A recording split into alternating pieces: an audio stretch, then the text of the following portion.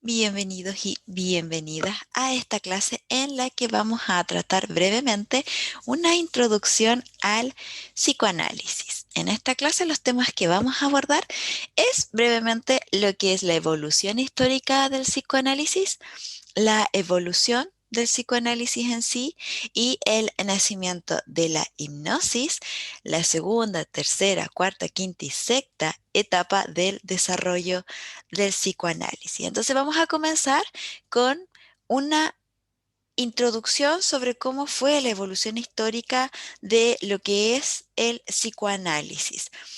Desde ya tiempos remotos, sabíamos que evidentemente, inclusive desde Grecia, sabíamos que la mente era algo que debía explorarse, debía investigarse. Sin embargo, en esos años ya no se quería trabajar en lo que tenía que ver con la mente porque era algo desconocido en ese tiempo, ya de Grecia antigua, estábamos hablando de que se estaba todavía generando esta diferencia en lo que tiene que ver con el lado místico de las enfermedades, por lo tanto, de cierta manera, la mente, como no era tangible, como no la podíamos tocar, se prefirió dejar a un lado.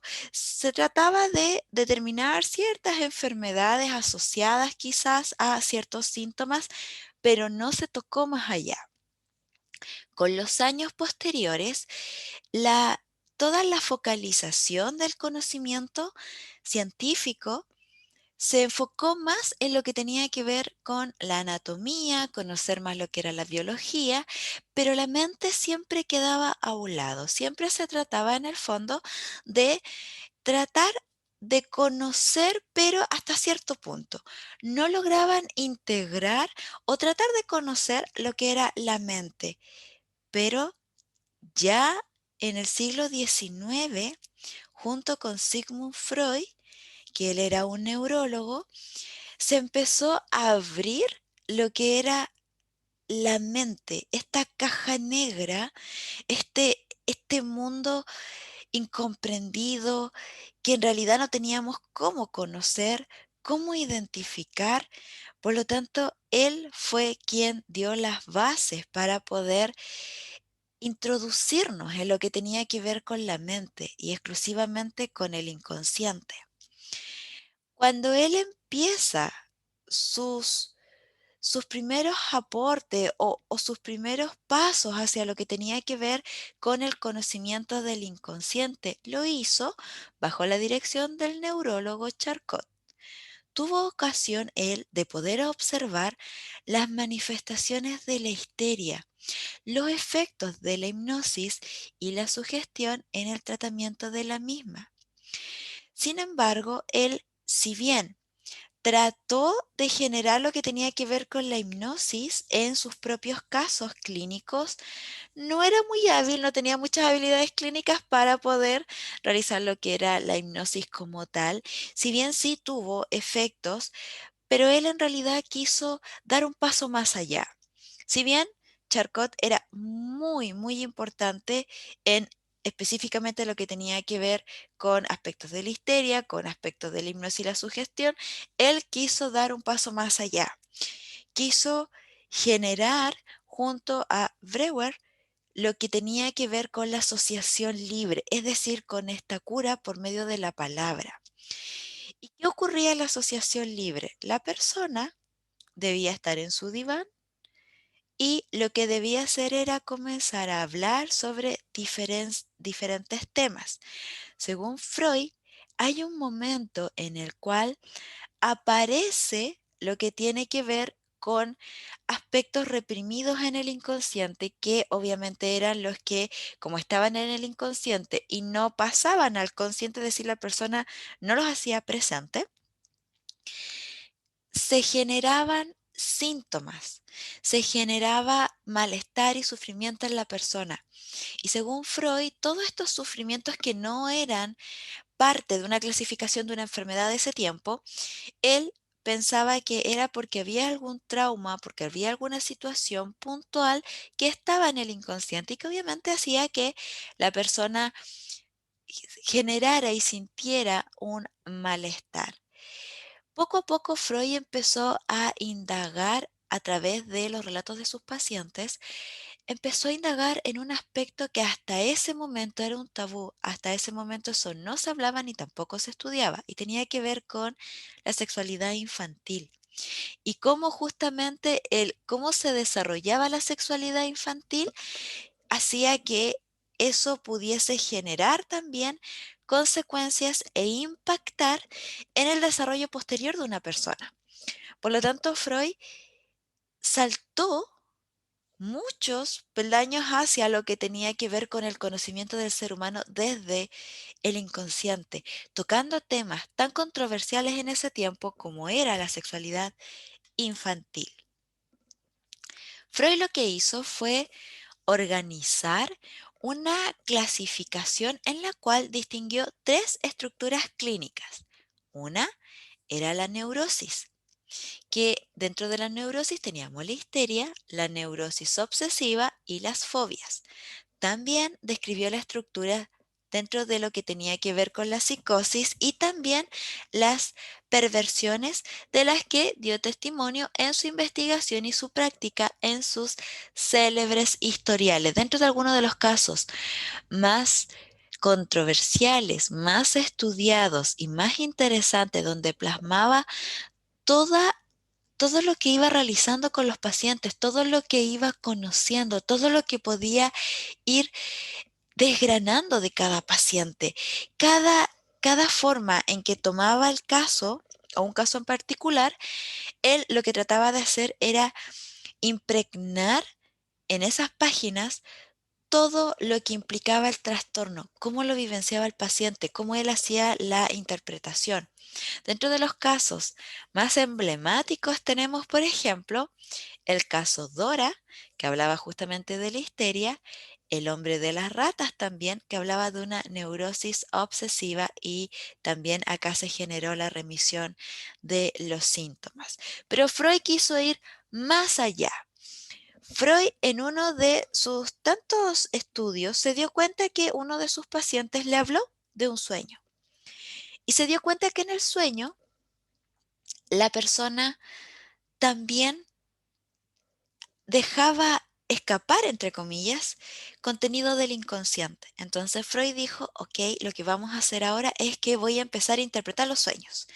Entonces entró en un mundo que era mucho más complejo que el inconsciente, porque los sueños obviamente están, no los podemos ver, no los podemos tocar, están en un proceso en el cual obviamente todos los seres humanos soñamos, pero no necesariamente todos los seres humanos recordamos lo que soñamos. Sin embargo, para él era un, una exquisitez de contenido inconsciente que era necesario averiguar e interpretar. Y Freud, en base a eso, creó un libro de la interpretación de los sueños, donde obviamente a nivel general trata de realizar a través de la interpretación un significado de los sueños más comunes que él estaba estudiando. Ya a mediados del siglo pasado, el médico psiquiatra francés Lacan se inicia en el psicoanálisis con el estudio justamente de una de las patologías más complejas, más interesantes y aún al día de hoy más misteriosa, que es justamente la psicosis. En el año 1953, en el Hospital de Saint-Anne de París, inicia justamente sus seminarios psicoanalíticos de transmisión oral que mantendrá durante 27 años con una asistencia multitudinaria. Esto quiere decir que durante muchos años todo lo que tenía que ver con los estudios de Freud, los pensamientos e interpretaciones de Freud fueron temáticas muy estudiadas de manera muy consensuada, muy profunda, tratando de captar lo que realmente Freud quería impregnar en sus estudios del psicoanálisis y el gran legado que también dejó. Hoy, más que nunca, el desciframiento justamente de lo que tiene que ver con el inconsciente nos permite dirigir lo que es la cura de un sujeto a partir de su discurso, porque obviamente el discurso presenta aspectos conscientes y también inconscientes. El psicoanálisis actualmente ve y trata lo que es el dolor en el cuerpo, que muchas veces no hay una explicación lógica, biológica, médica para poder determinar por qué esta persona está sufriendo. También tiene que ver con las manías. ¿Por qué una manía se desarrolla? ¿Qué hay detrás de una manía?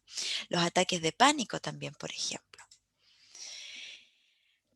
En la evolución ya de lo que tiene que ver con el psicoanálisis, París y Viena siempre han cultivado el estudio de lo que tiene que ver con las enfermedades mentales y era natural que existiera un intercambio entre ellas. El psicoanálisis es un descubrimiento en el fondo mitad francés y mitad vienés. Sigmund Freud adquirió en Francia justamente lo que tenía que ver con las fecundas enseñanzas de Charcot y Bernheim. Y en 1978, un médico vienés que se llamaba Anton Mesmer en París produjo a los enfermos por métodos diferentes crisis para curarlo.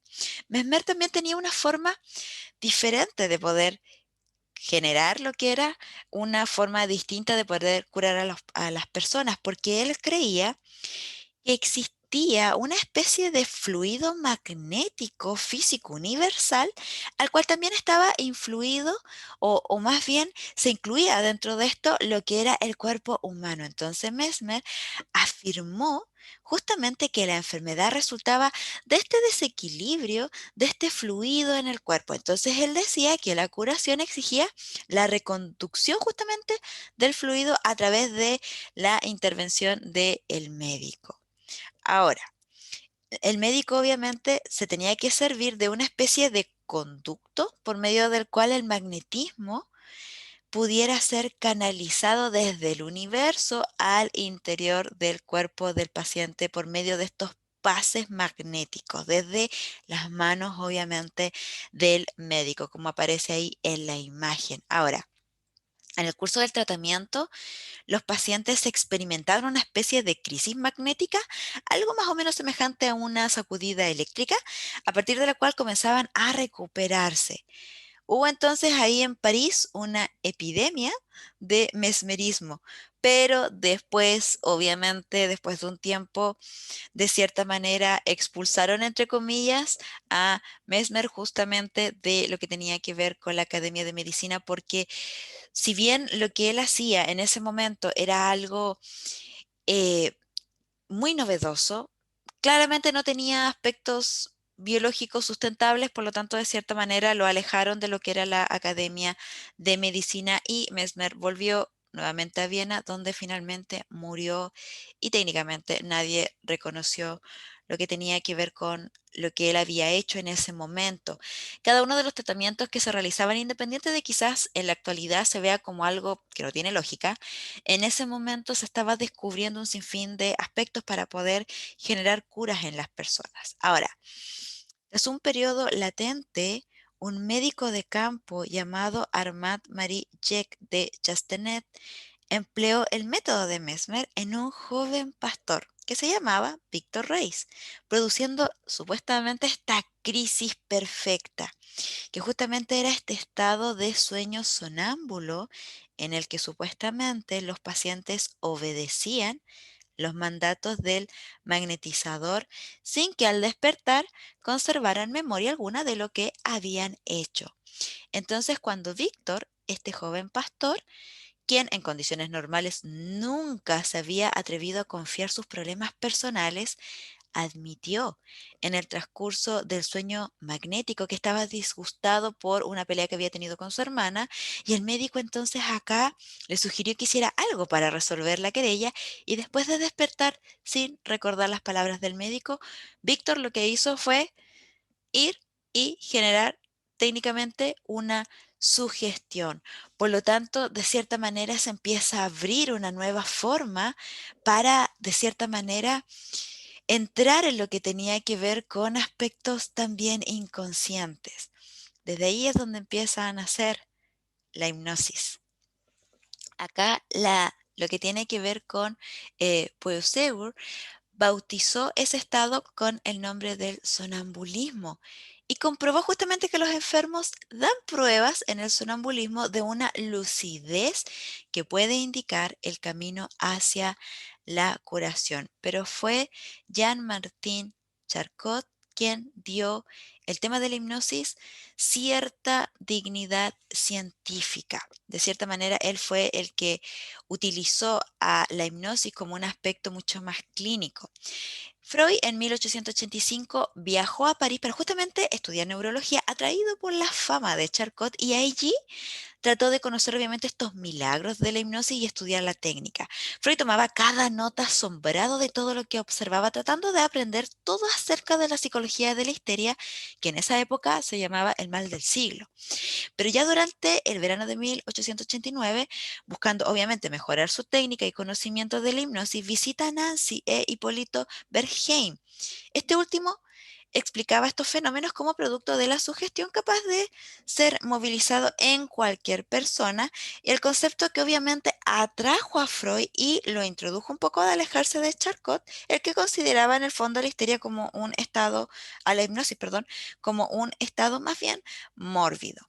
Freud presenció justamente a Nancy, en ella se dio cuenta de una experiencia notable, que probablemente fue la hora del nacimiento del psicoanálisis.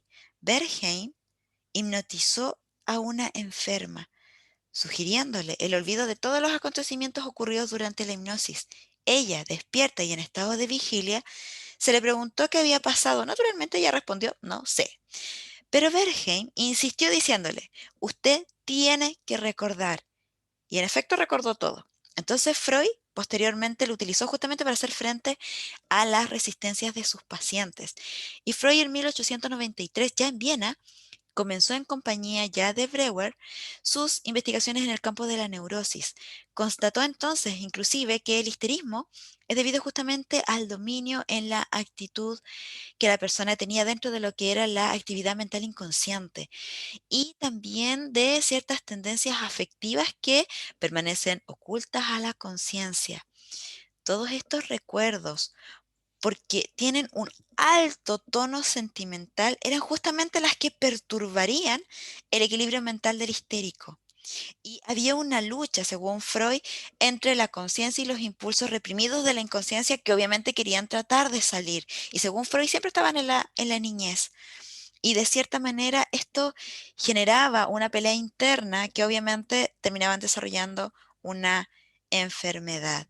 Y obviamente tal explicación de esta dinámica interna de los fenómenos histéricos nació justamente del tratamiento empleado por Bauer, denominado catártico, que consistía en dejar descargar por la palabra y la mímica todo ese contenido mental del paciente, provocando de este modo el pasaje a la conciencia de las remembranzas penosas subyacentes en lo más hondo de la inconsciencia, expulsando así toda esa fuente y de cierta manera todos estos impulsos, todos estos traumas, todas estas situaciones hacia el exterior, lo que obviamente generaba toda una descarga de una fuerza interna de carga afectiva.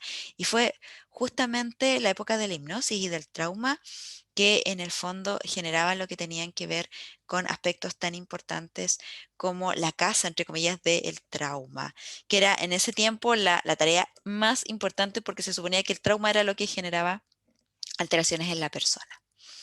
Luego pasa la segunda etapa del psicoanálisis, que en esta etapa justamente Freud era mucho más activo, entre comillas, solicitaba, presionaba y ordenaba recordar a las pacientes cuando generaba estos aspectos hipnóticos, y este periodo se conoce justamente como el método de las presiones. Dejaba hablar a su paciente y cuando ésta se quedaba callada, presionaba su frente con la mano y le hacía decir la primera idea que le viniese a la mente. Freud entonces ahí comprobó que había que dejar al paciente que hablase libremente porque obviamente la verdad estaba siempre en marcha. La persona hablaba, tenía esta asociación libre, empezaba a hablar de todos los temas que existían dentro de la tercera etapa del psicoanálisis, que es el método justamente de las asociaciones libres. Freud cómo dejaba que sus pacientes hablaran. En ocasiones él, como les contaba anteriormente, ahí es donde él de cierta manera integra lo que es obviamente el sueño, integra lo que tiene que ver con esta forma de interpretación.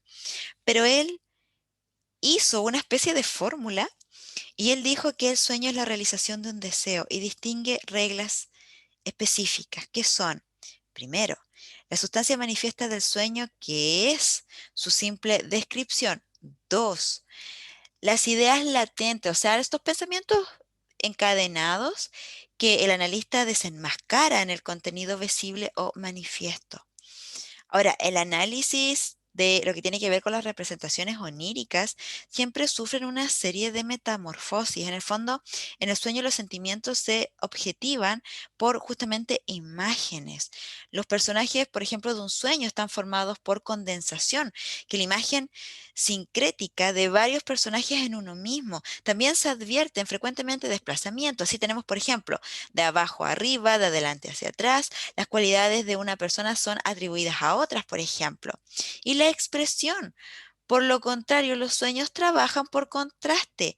Pequeño puede significar grande, bonito, feo, avaro, generoso, etcétera.